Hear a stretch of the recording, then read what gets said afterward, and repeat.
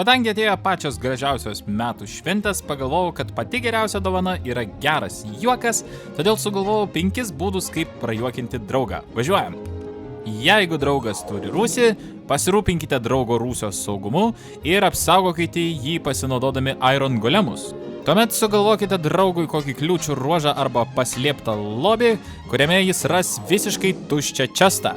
Padovanokite draugui tokią dovaną, po kurią jis dar ras papildomą siurprizą. Pasirūpinkite, kad draugas niekados nesušaltų. Sukurkite automatinį mechanizmą, kuris uždės ant jūsų draugų rūbus, ypatingai tuos, kurie niekados nenusiims. Gyvenate ten, kur labai šilta. Pasirūpinkite draugo kiemu ir padenkite jį sniego su sniego seniais. Štai ir viskas. Ačiū, kad buvote šiuos nuostabius metus su Raudonuoju Lapinu.